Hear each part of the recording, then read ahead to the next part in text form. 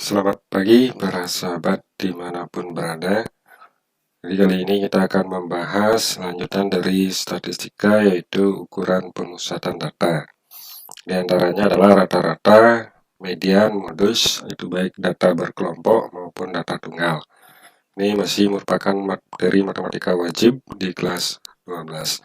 Baik, langsung saja kita bahas.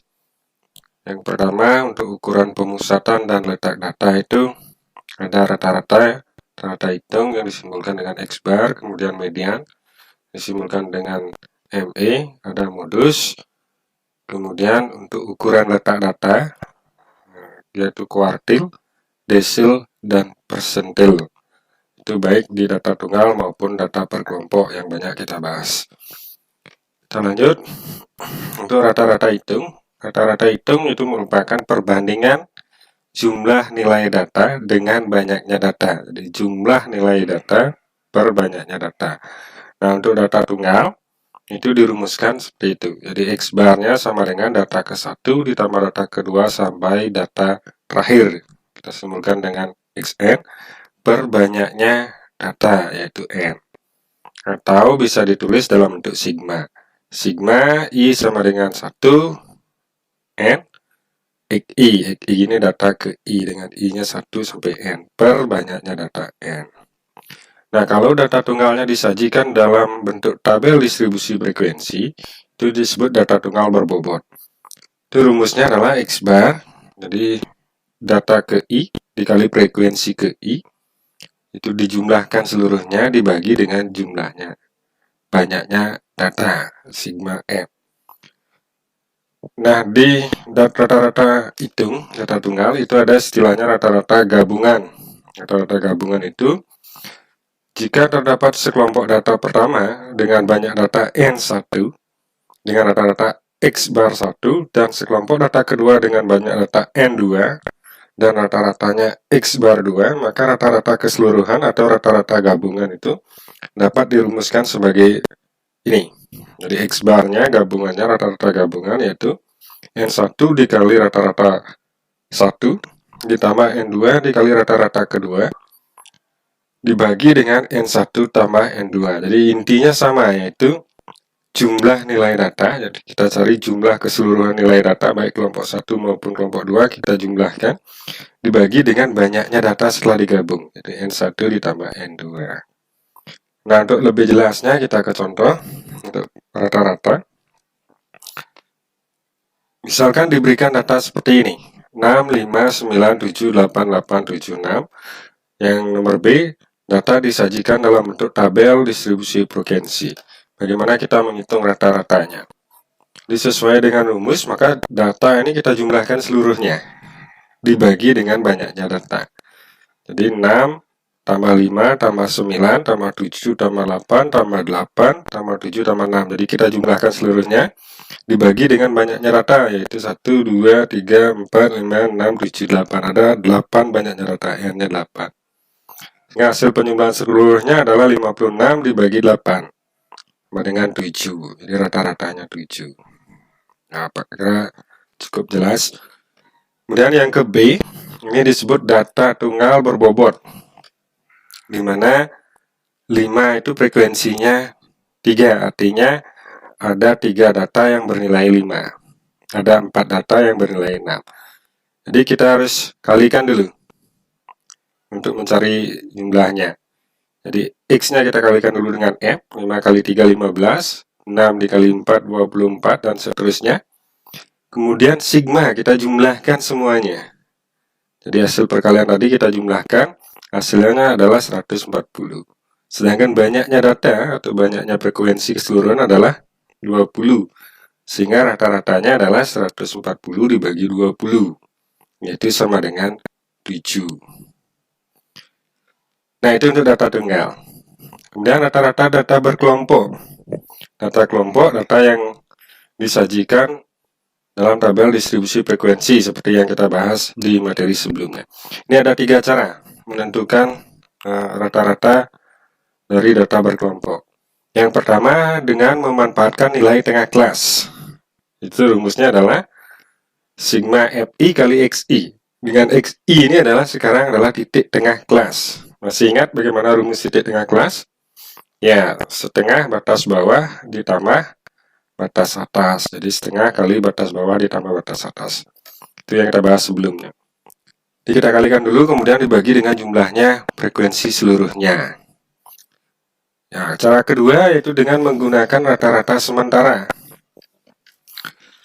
di mana rumusnya adalah X bar sama dengan rata-rata sementara ditambah dengan sigma FI ini frekuensinya, DI itu ini, simpangan antara nilai tengah data kelas dengan rata-rata sementara. Rata-rata sementara ini kita yang menentukan. Jadi biasanya supaya lebih mudah ngitungnya, kita tentukan nilai tengah kelas dengan frekuensi tertinggi. Ini yang kita pakai. Bisa nggak nilai tengah kelas yang lain? Bisa. Jadi kita ambil ini supaya nggak mudah kita ngitungnya. Kelas yang lain juga bisa, yaitu dengan rata-rata sementara. Kemudian dengan sistem coding atau pengkodean. Ini hampir sama sebenarnya rumusnya, antara rata-rata sementara dengan pengkodean. Cuman DI-nya, kodenya yaitu DI, simpangannya ini dibagi dengan panjang kelas. XS seperti tadi kita yang menentukan, kita ambil nilai tengah data dengan frekuensi tertinggi. Jadi X barnya XS ditambah sigma FI dikali CI per sigma FI keseluruhan dikali panjang kelas, dikali dengan panjang kelas. Nah, lebih jelas kita langsung ke contoh. Tentukan rata-rata dari data yang disajikan dalam tabel frekuensi berikut. Jadi kita punya data dengan banyaknya 40 dengan masing-masing kelas seperti ini. Yang pertama kita gunakan cara nilai titik tengah. Berarti kita cari titik tengah masing-masing kelas. Jadi titik tengah dari kelas pertama adalah 42 ditambah 51 dibagi 2, yaitu kita dapatkan 46,5. Kelas kedua, kalau kelas pertama sudah kita dapatkan, untuk mencari kelas kedua dan seterusnya, itu kita tinggal lihat panjang kelas. Jadi panjang kelas itu bisa dilihat ke sini, seperti pada penjelasan sebelumnya. Jadi panjang kelasnya adalah 10. Kita cari 1, kita dapatkan 46,5, kemudian ke bawahnya kita tambah 10 sesuai dengan panjang kelas, tambah 10 56,5, kemudian ditambah 10 66,5, tambah 10 76,5, tambah 10 86,5. Jadi dia mengikuti panjang kelas penambahannya. Kemudian kita hitung perkalian antara frekuensinya dengan nilai tengah kelasnya. Untuk kelas pertama yaitu 3 dikali 46,5, hasilnya 139,5. Kelas kedua 9 dikali 56,5, hasilnya 508,5. Begitu seterusnya. Jadi kita kalikan. Nah, sehingga hasil perkalian ini kita jumlahkan. Kita dapatkan 2650 dengan banyak data 40. Sehingga rata-ratanya adalah 2650 dibagi 40, yaitu 66,25. Ini dengan menggunakan nilai tengah kelas. Berikutnya kita menggunakan rata-rata sementara. Di langkah pertama kita kalau menggunakan rata-rata sementara, kita pilih dulu kelas rata-rata sementaranya. Yaitu kita pilih ini dengan frekuensi terbanyaknya. Kita pilih rata-rata sementaranya adalah 66,5, titik tengahnya, dengan frekuensi terbanyak yaitu 17. Ini kita pilih. Boleh nggak ini Pak? Boleh. Boleh nggak ini? Boleh. Yang mana saja boleh. Jadi supaya kita mudah menghitungnya adalah kita pakai yang frekuensinya tertinggi. Kemudian kita cari simpangannya. Nah, kita cari hitung simpangannya. Simpangan itu rumusnya adalah rata-rata sementara XI dikurangi dengan rata-rata sementara. Jadi 56, untuk ini 46,5 dikurangi 66,5, kita dapatkan min 20. Kemudian ini 56,5 dikurangi 66,5, kita dapatkan min 10. Kalau di sini berarti 66,5 dikurangi 66,5, sehingga hasilnya 0. Dan untuk di kelas ini 76,5 dikurangi 66,5, hasilnya 10. Dan terakhir 86,5 dikurangi 66,5, hasilnya 20. Jadi DI itu rumusnya adalah XI dikurangi data sementara, rata-rata sementara. Kemudian setelah ketemu DI-nya, simpangannya, kita kalikan dengan frekuensi. Di min 20 dikali 3, itu hasilnya min 60. Min 10 kali 9, hasilnya min 90. Di perkalian ini kita jumlahkan. Kita ketemu hasilnya adalah min 10. Kita ketemu hasilnya min 10. Sehingga kita masukkan min 10-nya, sehingga menjadi min 10 per 40. Yaitu hasilnya 66,5 min 0,25, yaitu 66,25. Jadi kita dapatkan 66,25. Cara ketiga dengan pengkodean. Cara ketiga dengan pengkodean. Jadi caranya sama. Ada rata-rata sementara, kita gunakan yang tadi frekuensi tertinggi, kita tahu panjang kelasnya adalah 10. Jadi kita hitung kodenya dulu. Jadi kode itu gampang saja. Kalau datanya ini tertingginya ini 66, kita buat 0, pasti 0.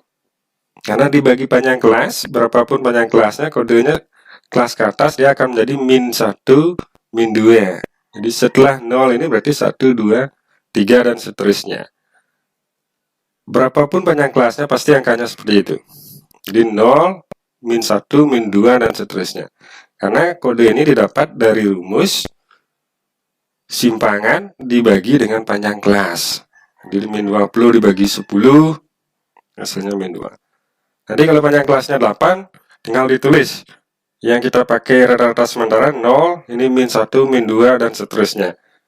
Berarti turunnya 0, 1, 2, dan seterusnya. Setelah itu kita kalikan kode ini dengan frekuensi. Jadi min 2 kali 3, hasilnya min 6. Min 1 kali 9, hasilnya min 9. 0 kali 17, hasilnya 0, dan seterusnya. Kita jumlahkan.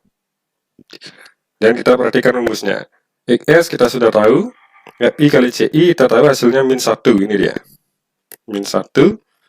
Sigma F 40, ini dia. Nah, F-nya 40 dikali dengan panjang kelas. Panjang kelasnya 10. Di min 1 dibagi 40 dikali 10 hasilnya adalah min 0,25. Sehingga 66,5 dikurangi 0,25 hasilnya 66,25. Jadi ketiga cara ini menghasilkan nilai yang sama dan harus sama. Nah, cara mana yang kalian gunakan silakan. Mana yang menurut kalian lebih mudah itu digunakan nanti. Kita lanjut ke median. Median itu merupakan nilai tengah dari suatu data yang sudah terurut. Nah, yang sudah terurut. Jadi untuk data tunggal, untuk menentukan median, data tunggal tidak berbobot, data harus terurut dari data terkecil ke data terbesar. Diurutkan dulu datanya dari terkecil ke terbesar. Kenapa ada tidak berbobot? Gimana dengan berbobot? Kalau berbobot biasanya otomatis diurutkan di tabel dari yang kecil ke yang besar. Nah, ada dua rumus, ini tergantung dengan banyaknya data. Jika banyaknya data ganjil, 3, 5, 7, dan seterusnya, maka letak median, ingat letak median bukan nilai median, letak median berada pada data ke n plus 1 per 2, dengan n menyatakan banyaknya data, sehingga mediannya adalah data ke n plus 1 bagi 2. Di median itu adalah data ke n plus 1 bagi 2. Jadi ini bukan hasil mediannya, tapi letak mediannya. Mediannya adalah data ke n plus 1 per 2. Nah, jika banyaknya data genap, maka letak median itu berada di antara data ke n per 2 dan data ke n per 2 plus 1. N per 2 plus 1. Sehingga nilai mediannya adalah setengah dari data ke n per 2 ditambah dengan data ke n per 2 plus 1. Nah, untuk jelasnya perhatikan contoh. Kita punya dua data tunggal biasa dan data tunggal yang disajikan dalam bentuk tabel distribusi frekuensi atau data tunggal berbobot. Jadi pertama, untuk menyelesaikan yang nomor A, kita urutkan dulu datanya dari yang kecil ke yang besar. Dari yang kecil ke yang besar. Jadi kita urutkan 5, 6, 6, 7, 7, 8, 8, 8, 9. Karena dia banyaknya ganjil, maka letak median itu berada pada data ke 9 ditambah 1 per 2. 9 ini banyaknya data. N-nya. 1, 2, 3, 4, 5, 6, 7, 8, 9. Ada 9 datanya. 9 ditambah 1 per 2. Dia berada pada data kelima. Jadi bukan hasilnya 5. Ini data kelima. Sehingga median itu adalah data kelima. Kita hitung data kelima. Data ke-1, ke-2, ke-3, ke-4, ke-5. Jadi mediannya sama dengan 7, yaitu data kelima. Nah, bagaimana dengan nomor B? Nomor B datanya sudah terurut dari 5, 6, 7, 8, 9, 10, dan sampai 10. Nah, karena N-nya genap, banyak data genap, N-nya genap, seperti rumusnya tadi, maka letak median itu berada di antara data ke N per 2, berarti 20 per 2, yaitu 10, ditambah dengan 20 per 2 tambah 1, data ke-11. Jadi letak mediannya berada di data ke-10 dan data ke-11. Sehingga nilai mediannya adalah setengah dikali data ke-10 ditambah data ke-11. Nah, coba perhatikan data ke-10 di mana? Kalau dalam frekuensi, ini artinya begini. Untuk di kelas pertama ini nilai 5 ini. Data ke-1, ke-2, ke-3 di sini. Jadi nilainya 5. Kalau kita susun seperti ini, dia akan menjadi 5, 5, 5. Di data ke-1 sampai ke-3, nilainya 5. 1, 5, 5, 5. Kemudian data ke-4 sampai ke-7, ini dia. Di 6. Karena 3 tambah 4 kan ini. 4 sampai ke-7, 6 nilainya. Berarti data ke-8 sampai ke-13 itu datanya di sini. Di 7. Di 7-nya ada 6. Jadi 5, 5, 5, 6, 6, 6 sebanyak 4 kali, kemudian 7 sebanyak 6 kali kita uraikan, kalau kita uraikan. Sehingga data ke-10-nya ada di 7 nilainya, data ke-11 juga nilainya 7. Sehingga mediannya adalah setengah dari 7 ditambah 7, hasilnya 7. Jadi, kira cukup jelas untuk median data tunggalnya. Baik, kita lanjut ke data per kelompok. Nah, data per kelompok itu letak kelas mediannya adalah letak kelasnya, bukan nilainya. Letak kelas mediannya adalah kelas interval yang memuat nilai data ke N per 2. Entah datanya itu ganjil maupun genap, pada data per kelompok letaknya berada di N per 2. Di letak kelasnya. Jadi kita cari dulu kelasnya. Di mana rumusnya itu ini. Rumus mediannya ini. Ini letak kelasnya. Rumus mediannya adalah tepi bawah kelas median ditambah dengan setengah kali N, yang itu banyaknya data, per FK. FK itu frekuensi kumulatif kurang dari sebelum kelas median. Sebelum kelas median. Per M, F adalah frekuensi kelas median dikali dengan P panjang kelas. Jadi, tinggal dihafal rumusnya, diingat konsepnya, Pak kira tidak begitu susah. Nah, untuk memahaminya, perhatikan contoh. Kita ke contoh. Tentukan median dari data berikut. Jadi kita punya data banyaknya 40 dengan rentang kelas pertama 42 sampai 51. Pertama kita tentukan dulu kelas mediannya, letak kelasnya. Jadi dia berada di N min N per 2. N per 2 berarti 40 dibagi 2 yaitu data ke-20. Data ke-20 itu di mana? Perhatikan. Sama seperti tadi, data ke-1 sampai ke-3 ada di kelas pertama. Data ke-4 sampai 12. 4 sampai 12 ada di sini. 4 sampai 12. Ada di data ini. Kemudian 13 sampai 13 sampai dengan 29 ada di sini.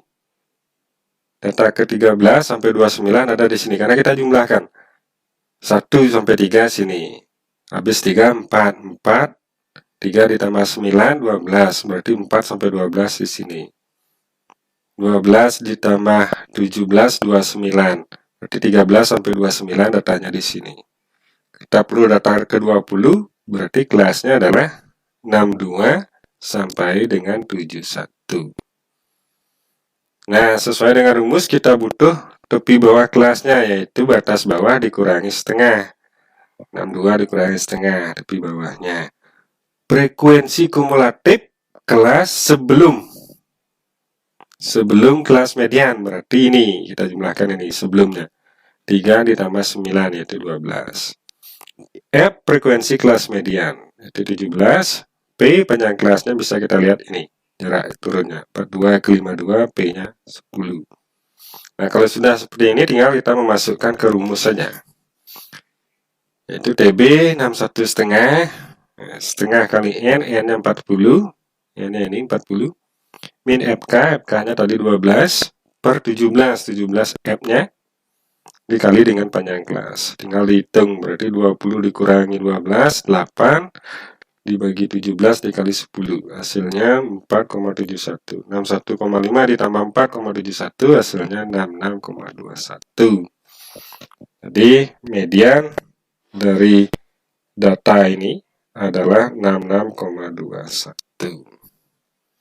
Nah, itu untuk median. Lanjut yang terakhir untuk modus.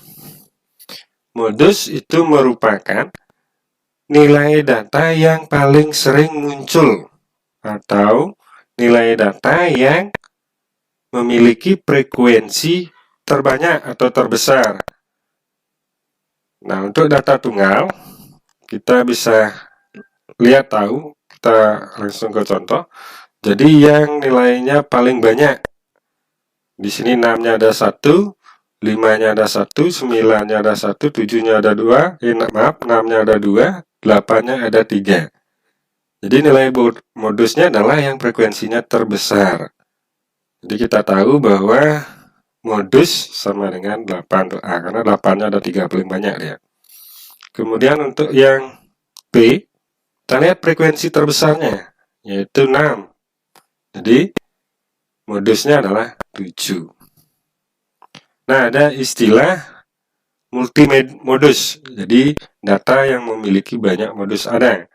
Misalnya kalau di sini 8-nya 3, kemudian 7-nya juga ada 3, maka modusnya adalah 7 dan 8. Itu disebut multimodus. Baik, kita lanjut ke data berkelompok. Kelas modus merupakan kelas dengan frekuensi terbesar. Data untuk modus kita lihat frekuensi terbesarnya, itulah yang merupakan kelas modusnya. Dan rumus modus sendiri yaitu tepi bawah kelas modus ditambah dengan D1. D1 ini adalah selisih frekuensi kelas modus dengan kelas sebelumnya, per D1 ditambah D2. D2-nya adalah selisih frekuensi kelas modus dengan kelas sesudahnya. Ingat, selisih. Jadi yang namanya selisih selalu hasilnya positif. Selisih, bukan hasil pengurangan. Dengan P panjang kelas. Ingat, selisih hasilnya selalu positif. Nah, contoh. Kita perhatikan. Kita punya data seperti tadi. Jadi kita tentukan nilai modus dari data ini. Kita tahu frekuensi terbesarnya adalah 17. Sehingga kelas modus itu berada antara interval kelas modusnya adalah 62 sampai dengan 71. Ini frekuensi terbesar. Kemudian kita cari tepi bawahnya. Tepi bawah, rumusnya batas bawah dikurangi setengah. Berarti 62 dikurangi setengah. Hasilnya 61 setengah. Kita cari D1-nya. D1 selisih.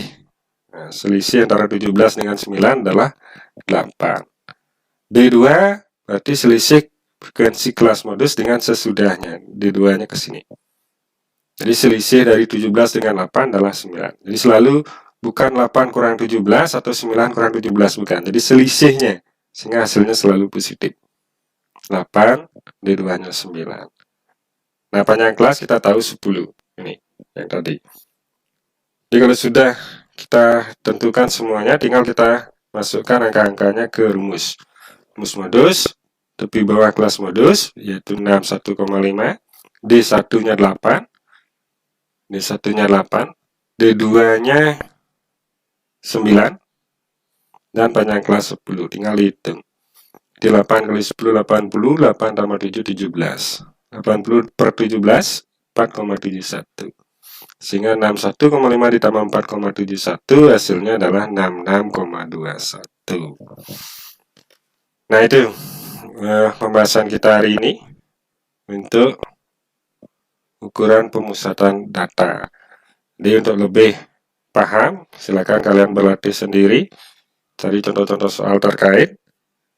Ya, kita cukupkan hari ini.